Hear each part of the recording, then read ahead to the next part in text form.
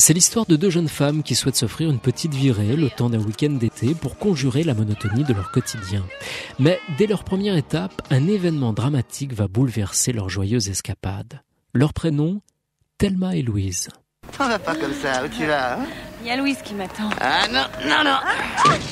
Ah non. Qu'est-ce qu'il y a Ah non, pas ça, arrête. Pas ça. Thelma, écoute-moi. Je vais pas te faire de mal, ok? Je veux juste t'embrasser. Tu vas bien? Non. Un bisou.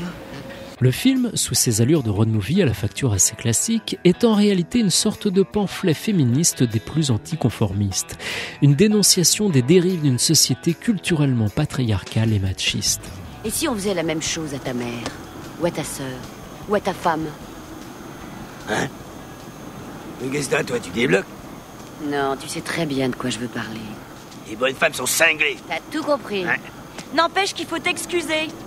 Alors là, vous pouvez vous chier dans les doigts. Pourtant, le réalisateur Ridley Scott ne tombe pas dans la caricature vindicative, avec deux beaux personnages masculins. Jimmy, le copain de Louise, qui se montre compréhensif et respectueux en toutes circonstances. Et un flic intègre, Harvey Keitel, qui, comprenant l'engrenage dans lequel Thelma et Louise sont tombés, tente de les en sortir. Vous vous enfoncez au fur et à mesure que vous avancez. Vous me croiriez si je vous disais que tout ça c'est un accident? J'en suis persuadé. Et moi, je veux que tout le monde en soit persuadé. L'ennui, c'est que ça n'a pas l'air d'un accident. Et que vous n'êtes pas ici pour m'en parler.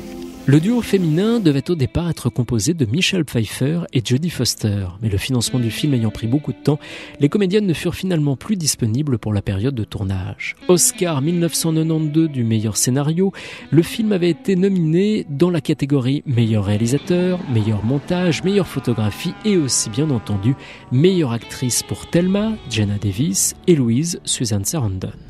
À noter que c'est aussi le film qui a lancé la carrière de Brad Pitt. L'une des forces du film est son histoire qui tranche avec les habitudes hollywoodiennes de l'époque. Ce type de premier rôle de héros en cavale étant jusqu'alors exclusivement attribué à des hommes. Prendre et assumer ses décisions, contrôler sa destinée au détriment du regard des autres, étant des positions et comportements représentés systématiquement par la jante masculine. C'est l'été de la délivrance qui est montré ici, l'été de la liberté, de tous les possibles. L'été des grands espaces américains aussi, symbole d'une bouffée d'oxygène dont les héroïnes n'avaient pas profité depuis bien longtemps. C'est l'été de la découverte du monde, d'un monde qu'elles ne connaissaient pas. C'est aussi l'été de la découverte d'elles-mêmes. Je crois que j'ai fait un peu la folle, hein. Oh non, t'es folle depuis toujours.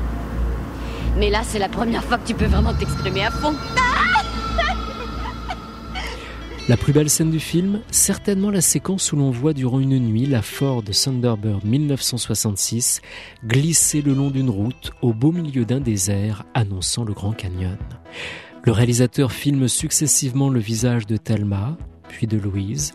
Une étrange ressemblance peu à peu les unit alors. Arrive la magnifique voix de Marianne Faithfull. D'après toi, ce serait des excuses, ça? Non alors. Alors oui, il faut voir et même revoir ce grand film qui, malheureusement, n'a pas pris une ride.